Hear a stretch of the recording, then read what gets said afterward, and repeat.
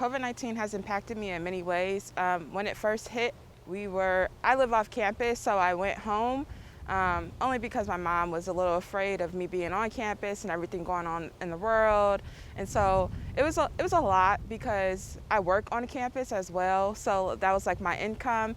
And yes, my mom was helping me with like different financial responsibilities, but my job on campus was also helping me with like paying my utilities to keep the lights on, things of that nature. So it kind of impacted me a lot. On the top of that, my family like lives in Milwaukee, Wisconsin, and that was like a hard hit. So I lost some family members because of it. So it was really hard the first couple months. So what I was able to do with the Student Relief Fund was pay my utility bills. I was able to catch up on some bills that I were behind on.